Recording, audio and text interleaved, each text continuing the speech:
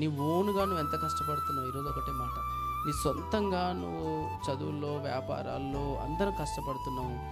దానితో పాటు దేవుణ్ణి దగ్గర ఉంచుకొని దేవునికి ఇవ్వాల్సిన టైము, దేవునికి ఇవ్వాల్సిన విలువ, దేవునికి లోబడాల్సిన విషయాల్లో మనము కరెక్ట్గా ఉంటే, మనము దాన్ని ఒక మేనేజ్ చేసుకోగలిగితే, దేవుని వద్దు దొంగిలించడం వస్తలేదు. దేవుడు అంటే నా దగ్గర దొంగిలించొద్దు అంటాడు.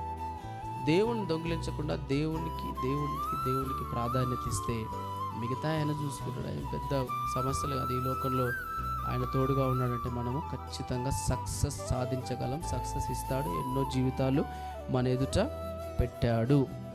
కాబట్టి ఇప్పుడు చూడండి, నీతిమంతులకు కలిగిన కొంచెమైనా కానీ బహుమందికి ఉండే సమృద్ధి కంటే శ్రేష్టం అంటండి. మనకు కొంచెమే ఉంటుంది, నీతిమంతులం.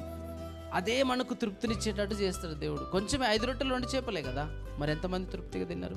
ఈరోజు నీ ఇంట్లో, నీ అకౌంట్లో బియ్యం లేవేమో, నీ ఇంట్లో బియ్యం లేవు, నీ అకౌంట్లో డబ్బులు లేవు, నీకేం లేదు, కొంచెమే ఉంది. కానీ దేవుడు దాన్నే నీకు తృప్తిగా ఇస్తాడు.